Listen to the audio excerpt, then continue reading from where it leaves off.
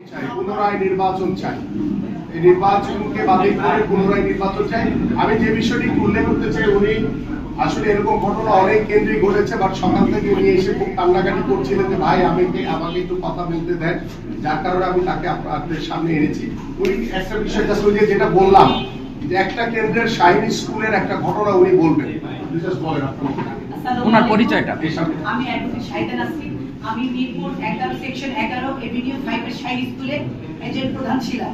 তো আমি আমার কেন্দ্র, আমাদের তিনটা বুথে একটা বুথে তিনটা বুথ তিনভাবে গণনা হচ্ছে, 3 রুমে 6টা করে বক্স এক এক বুথে।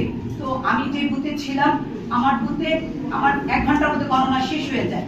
তখন আমাকে প্রিজাইডিং অফিসার আমাকে রুমে বসেন, বলে আপনি রুমে বসেন, আপনার সাথে কিছু কাজ আছে। আমার রুমের সামনে 2জন কনস্টেবল বসাই দিচ্ছে। আমার রুমে কাউকে ঢুকতেও দিচ্ছিল না, আমাকেও বের হতে দিচ্ছিল না, বাইরে কারোর সাথে কথা বলতে দিচ্ছিল না। আমার পাশের বুথেও আমি বাইরে থেকে শুনতেছিলাম গণনা শেষ। আমার বুথে আমি 16 ভোটে আগাই ছিলাম, দানের শীষ প্রার্থী আমাদের ভাই আগানো আমরা। আমার পাশের বুথে 1 ভোট ওরা আগানো ছিল, দাঁড়িয়ে পাল্লা, 1 ঘন্টায় শেষ ওদেরটাও। কিন্তু পাশের বুথে 2 ঘন্টা পার হয়ে যাচ্ছে, আমাকে রুম হতে বের দিতেছে না তারা। তখন আমি বাইরের মাঠে যারা ছিল ওদের জিজ্ঞেস করি কেন বের হতে দিতেছে না, কনস্টেবলকে বলতেছে আপনি বের হতে দেন, আপনি কাজ আসতে বের হতে পারবেন না। তখন আমি মাঠে যারা ছিল ওদেরকে ডাকতে বললাম যে এটা জানাও, বাহিরে জানাও যে কেন ওরা এতক্ষণ বেরোন। ওরা বলতেছে দরজা জানা সব বন্ধ হয়ে বুথে, সব বন্ধ, কাউকে ঢুকতেও দিতেছে না, বের হইতে দিতেছে না।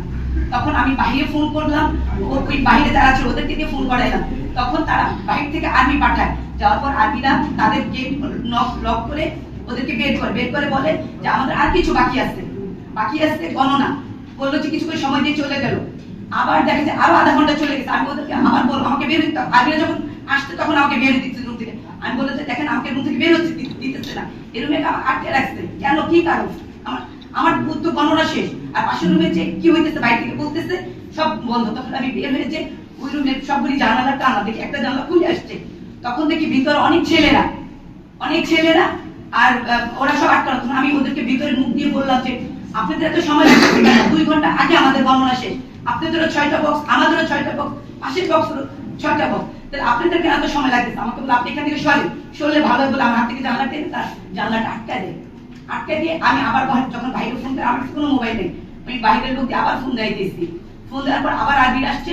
তখন আসার পরে আর্মিরা বের করে নিয়েছে। তার প্রমাণ দেখেন, এই রুমে কোনো এজেন্টের কোনো সিগনেচার নাই, আর তাদের 3 ঘন্টা লাগবে কেন? আর যেখানে আমার বুথে আমি 16 ভোট আগানো, এখানে 298 ভোট, এই কেন্দ্র 3 ঘন্টা বসে গণনা করে তারা কি করছে এই বুথটাতে? তারা 298 ভোট আগানো কেন? আমি সাথে সাথে তখন বলছি যে 3 ঘন্টা একই বক্স, একই সমান, ওইখানে তো 10-12টা বক্স ছিল না, আমারও বুথে 6টা বক্স ছিল, তাদের বুথেও 6টা বক্স, তারা 3 ঘন্টা কি করছে? আর তারা কিভাবে আগায় একই সেন্টারে? ওইখানে অলৌকিক কিছু ঘটনা ওখানে ঘটেনি, তো ওইখানে তারা কিভাবে আগে? এখানে কারচুপি স্পষ্ট বোঝা যাইতেছে। 3 ঘন্টা সময় নিচ্ছে দরজা সব বন্ধ করে, আর তাদের কোনো সিগনেচার নাই। এজেন্টের তো সিগনেচার থাকবে, আমার অন্যান্য বুথগুলিতে কোনো সিগনেচার আছে আমাদের। আর ওইখানে তারা অনেক লোক ঢুকেছে, অনেক ছেলেরা কারা, ওরা নাকি 4টার পরে ঢুকছে। আচ্ছা, ওখানে কি আপনাদের পুলিং এজেন্ট ছিল? আমাদের পুলিং এজেন্ট ছিল বাচ্চা মেয়ে, ওদেরকে আমি কোনো জিজ্ঞাসা করি ওরা থতমত, হয়তো ওদের কোনোভাবে বিতস্ত করছে খালি, ওরা কিছুই বলতেছে না, শুধু চুপ করে রয়েছে, চুপ। ওদের মুখে একটা ভয়ের ভাব ছিল, বাচ্চা কয়েকটা মেয়ে ছিল। আপনি যে কেন্দ্র ছিল, কেন্দ্রের নাম্বার আর এবং যে ঘটনা ঘটেছিল ওটার নাম্বার, এটা হলো গিয়ে